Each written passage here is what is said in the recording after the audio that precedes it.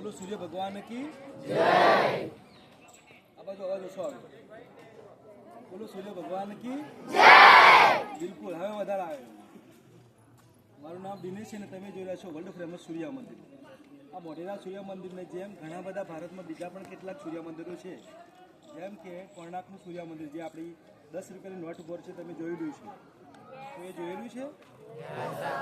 હા, એ ચેરિયર પર છે એટલે કે એક વ્હીલ બનાવેલું છે અને ચેરિયર એટલે કે રથ ઉપર લઈને જતા હોય અને સૂર્ય ભગવાન જેમ કે રસમરથી એટલે આવતા હોય એવું ચિત્ર બતાવેલું છે ચેરિયર પર. અને આ જે સૂર્ય મંદિર બનાવ્યું છે એ લોટસ ઉપર બનાવ્યું છે. જુઓ સામે દેખાય છે લોટસ, લોટસને ઊંધું કમળ છે. સૂર્ય મંદિરને આપણે 3 પાર્ટમાં જોવાનું છે. પહેલા નંબરનો જે પાર્ટ છે, પહેલા નંબરનો જે ભાગ છે એને સૂર્યકુંડ કહેવામાં આવે છે. લોકલ લોકો એને રામકુંડ કહે છે.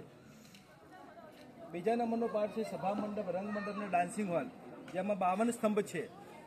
આ તમને સામે દેખાતું 52 પિલર્સ જે આખા વર્ષના અઠવાડિયાનું રિપ્રેઝેન્ટેશન કરી રહ્યા છે. અને એની નીચે જે એલિફન્ટ છે આ પગથિયા ત્યાં સુધી જે 91 છે, 91 4 થઈ જાય, 91 × 4 કરે એટલે 364 થઈ જાય. 364 વત્તા એક લાઈન છે એક્સ્ટ્રા લીપ યરનો, કુલ મળીને 365 દિવસ થઈ જાય. આપણા દિવસનું કામ કરે છે, રિપ્રેઝેન્ટ કરે છે. એવી જ રીતે ગર્ભગૃહ છે. આ ગર્ભગૃહની બારની દિશાઓમાં 12 સૂર્ય ભગવાનના સ્ટેચ્યુ છે. જેમ કે તમે પેલો સામે દેખાતા જો 7 ઘોડાવાળા સૂર્ય ભગવાન છે ને, દેખાય છે? આવા 2 સૂર્ય ભગવાનના 2 સ્ટેચ્યુ છે. 2 અહીંયા છે, 2 ત્યાં ખૂણા પર છે અને બીજી બાજુ છે. કુલ મળીને 6 આ બાજુ છે અને 6 પેલી બાજુ છે. એવી જ રીતે 12 આદિત્ય છે અને 12 ગૌરી. જો આ 2 છે ને સ્ટેચ્યુ એ ગૌરીના છે અને આ 2 ગૌરીના છે. અને ત્યાં પણ 2 છે એટલે 6 આ બાજુ અને 6 પેલી બાજુ, 6 2 12 ગૌરીના સ્ટેચ્યુ છે. દરેક દિશાના દિક્પાલ, દરેક દિશાના એક દેવતા, એટલે કે આખું વાસ્તુશાસ્ત્ર પ્રમાણે આખું મંદિર બનાવેલું છે. દરેક દિશાના દેવતા એટલે કે જો ઈશાન ખૂણાના ભગવાન શિવ છે, તો શિવ છે. જો નંદીના 2 પગ તૂટ્યા, જો નંદીના 2 પગ, આ નંદી નીચે છે તો શિવ છે. જોયું? દેખાય છે મારું લાઇટ, ડીઝલ લાઇટ? શિવા જ છે. આ પણ શિવ છે ને ત્રિપાઠ ભૈરવ કહેવાય છે. પછી ત્યાં નોર્થમાં છે કુબેર, શંખવાળા, હાથમાં શંખ પકડેલો છે. વાયવ્યમાં છે વાયુ દેવતા, એના પગમાં છે ડિયર એટલે કે હરણ છે. ખૂણામાં તમે જોઈ શકો છો, તમે જોયા હશે એ પાછું.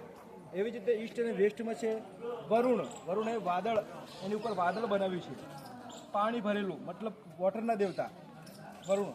તો વેસ્ટમાં હંમેશા પાણી આવે, જે આપણી જે પૃથ્વી આવી ફરી રહેતી હોય પાછળ હંમેશા પાણી આવે, વેસ્ટમાં જ આવે.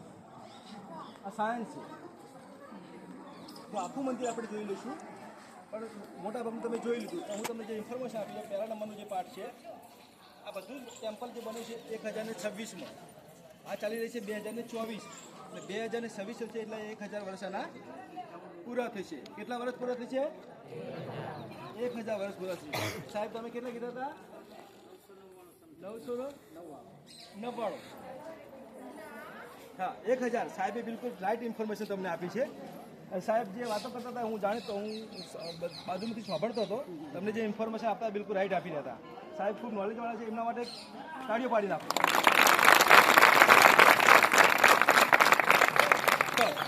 બીજું હું એ કહેવા માગું છું કે તમે જે જગ્યા ઉપર ઊભા છો એ ટોપિક ઓફ કેન્સર એથી પાસ થાય છે. એટલે કે તમે ટોપિક ઓફ કેન્સર પર છો. ટોપિક ઓફ કેન્સર એટલે ખ્યાલ પડે છે ને, જે આપણી જે પૃથ્વી છે, આપણી જે અર્થ છે, એના પરથી એક ઇમેજિંગ લાઈન જાય છે, કાલ્પનિક રેખા. ઇમેજિંગ લાઈન એક ઇમેજનરી લાઈન, કાલ્પનિક રેખા, એને ટોપિક ઓફ કેન્સર કહેવાય છે. વચમાં બીજી જાય છે વિષુવવૃત્ત, મિડલમાં સેન્ટરમાં વિષુવવૃત્ત.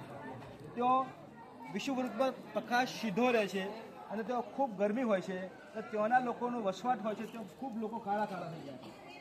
આફ્રિકા ને બધું છે ને ત્યાં તમે જોજો, એ લોકો ખૂબ કાળા બની જાય છે. એનું સાયન્સ એ છે કે જે વારંવાર એમના પર જે ગરમી પડે છે, હીટ પડે છે, હીટના કારણે એને બચાવ માટે અંદરથી શરીર એનું રિએક્શન આપે છે અને પોતે તેઓ બધા બ્લેક થઈ જાય છે. તો આફ્રિકામાં તમે જોશો તો વિષુવવૃત્ત ઉપર બનેલું છે અને અહીંયા ટોપિક ઓફ કેન્સર ઉપર, એટલે એની જે ઋતુઓ હોય છે, જે ઋતુઓ ફેરફાર થાય છે બનવાના કારણે મળી છે, એ આપણે જે એનું લોકેશન આધાર કરવાનું મળી છે. રાઈટ? તમે છો ટોપિક ઓફ એટલે કે ઈસ્ટ અને વેસ્ટમાંથી એક ઇમેજિન લાઈન જાય છે. આ ઈસ્ટ છે, આ નોર્થ, આ સાઉથ, આ વેસ્ટ. ઈસ્ટ અને વેસ્ટમાંથી એટલે કે ગુજરાતના તમે કચ્છની બાજુમાં જ છો તમે, નજીક. એથી 200 કિલોમીટર પછી કચ્છ આવી જાય, અને કચ્છ પછી આખો સમુદ્ર આવી જાય. સમુદ્ર એટલે ઓશિયન. તો ઈસ્ટ અને વેસ્ટમાંથી એક ઇમેજિંગ લાઈન જાય છે, અને આ ઇમેજિંગ લાઈન ઉપર બન્યું છે વર્ષમાં 2 વાર સીધો પ્રકાશ આવી રહ્યા છે ગર્ભગૃહમાં. કેટલી વાર? 2 વાર, ફક્ત 2 વાર. 2023 સપ્ટેમ્બર અને 21 જૂનના દાડે સીધો પ્રકાશ મળી રહેશે. એવું કહેવાય છે કે ત્યાં સીધો પ્રકાશ હોવાને કારણે અહીંયા આજુબાજુના જે પણ મોન્યુમેન્ટ હોય છે, માણસ અહીં ઊભા છો તો સીધો પ્રકાશ પડતો, એનો જે પડછાયો છે એ બહુ ઓછો પડે છે. માણસ સીધો આખો ઊભો રહે, સીધો પડે તો પ્રકાશ બિલકુલ ઓછો પડે છે, નજીવો. દેખાવમાં પણ ના આવે કે તમને આ પ્રકાશ પડી શકે. એટલે આવી એક ભૌગોલિક ઘટના અહીંયા બની છે. 1000 વર્ષ પહેલાં આ લોકોએ આવું જાણી લીધેલું કે મંદિર અહીંયા બનવાના કારણે સીધો સનની લાઈટ સીધી ગર્ભગૃહમાં જશે, અને ગર્ભગૃહમાં સૂર્ય ભગવાનનું મોટું સ્ટેચ્યુ હતું. એ સ્ટેચ્યુ ઉપર સીધો એક મોટો ડાયમંડ હતો. સનનું પહેલું કિરણ આવે અને ટચ થાય એટલે આખું મંદિર લાઇટિંગ થઈ જતું. આ એનું સાયન્સ છે. મંદિર બન્યું છે એક્ઝેક્ટ ઈસ્ટ 90 ડિગ્રી પોઈન્ટ ઉપર. આપણે જે કંપાસ જોઈશું, કંપાસની અંદર તમને જોવા મળશે. જો સાહેબ આવો, એક્ઝેક્ટ તમને શું દેખાય છે? East 90 degree. અને નીચે દેખાય છે શું? એને નંબર છે ટોપિક ઓફ કેન્સર. હા, આ નોર્થ વન ને ઈસ્ટ વન જો હોય, નોર્થ વન અહીંયાથી ટોપિક ઓફ કેન્સર પાસ. આ સાયન્સ છે. એટલા માટે એવું કહી શકાય એ જમાનામાં આપણી જોડે ખૂબ નોલેજ હતું. કંપાસ તમારી જોડે હોય મોબાઈલ, તો તમારા સાહેબ જોડે તમે જોઈ લેજો કે તમે કઈ જગ્યાએ ઊભા છો. આ તમારું લોકેશન નીચે બતાવે છે કે તમે ટોપિક ઓફ કેન્સર પર બેઠા છો. એ જમાનામાં 1000 વર્ષ પહેલાં આ લોકોએ આવું શોધી કાઢેલું. સર, એ જમાનામાં આ લોકો શોધી કાઢ્યું કે ટોપિક ઓફ કેન્સર પર મંદિર બનવાના કારણે સીધી સનની લાઇટ આવશે. હવે વિચાર કરો, 1000 વર્ષ પહેલાં. હવે ગેલેલિયો આવેલો 14મી અને 15મી સદીમાં, 14મીની સ્ટાર્ટમાં, 14 ફેબ્રુઆરી 1956 ગેલેલિયો. એને એવું કીધેલું કે જે સન છે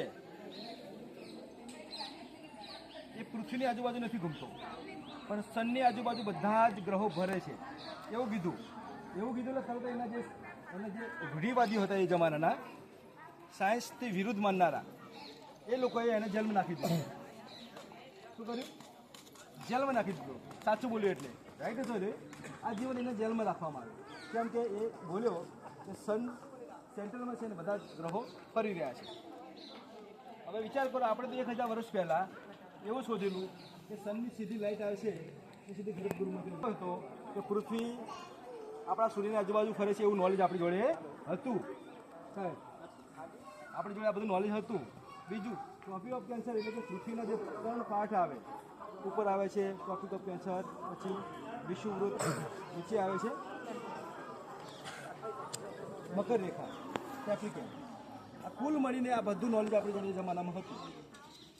આ એ જમાના આપણે નોલેજથી ભરપૂર હતા અને દુનિયાભરના લોકો આપણે ત્યાં ભણવા આવતા હતા. તક્ષશિલા, નાલંદા, બીજી કેટલીક વલ્લભી, પછી બીજી વિક્રમશિલા પણ હતી એક, તક્ષશિલા. અને આવી 10 થી 15 યુનિવર્સિટીથી દુનિયાભરના લોકો આપણે ત્યાં ભણવા આવતા. વિચાર કરો, આપણે જ્ઞાનથી ભરપૂર હતા, પણ બન્યું એવું કે દૂરથી આવનાર માણસોએ લાભ લીધો અને આપણા જ્ઞાન લઈ અને એ લોકો વિદેશમાં ગયા, પોતાના ત્યાં ગયા અને ત્યાં જઈને પોતે પોતાની બુક્સ લખી અને ત્યાંથી આપણા જ્ઞાનનો ત્યાં એ લોકોએ વિસ્તાર કર્યો. આપણું જ્ઞાન બધું ત્યાં લઈ ગયા. હવે આજે ઊંધું થઈ ગયું છે. દુનિયાભરના લોકો ક્યાં જાય છે ભણવા માટે? યુરોપમાં જાય છે. કોઈ ઓસ્ટ્રેલિયા, કોઈ કેનેડા, કોઈ અમેરિકા, અલગ અલગ દેશોમાં જાય છે. એ જમાનામાં લોકો અહીંયા આપણા ત્યાં ભણવા આવતા હતા. તો આપણે ઉમ્મીદ રાખીએ કે આવનાર વર્ષોમાં આપણે પણ મહાસત્તા બનીએ અને જ્ઞાનથી ભરપૂર થઈ જઈએ અને લોકો આપણા ત્યાં પણ ભણવા આવે અને આપણો મૂળ ઇતિહાસ આપણે જીવતો કરી નાખીએ એવી આશા રાખીએ છીએ. અને તમે બધા આ સૂર્યમંદિરનું અવલોકન કરી લો અને કોઈ પણ પ્રશ્ન હોય પૂછજો, સાહેબ મને બોલાવીને હું તમારું સોલ્યુશન કરી નાખીશ. બોલો સૂર્ય ભગવાન કી જય.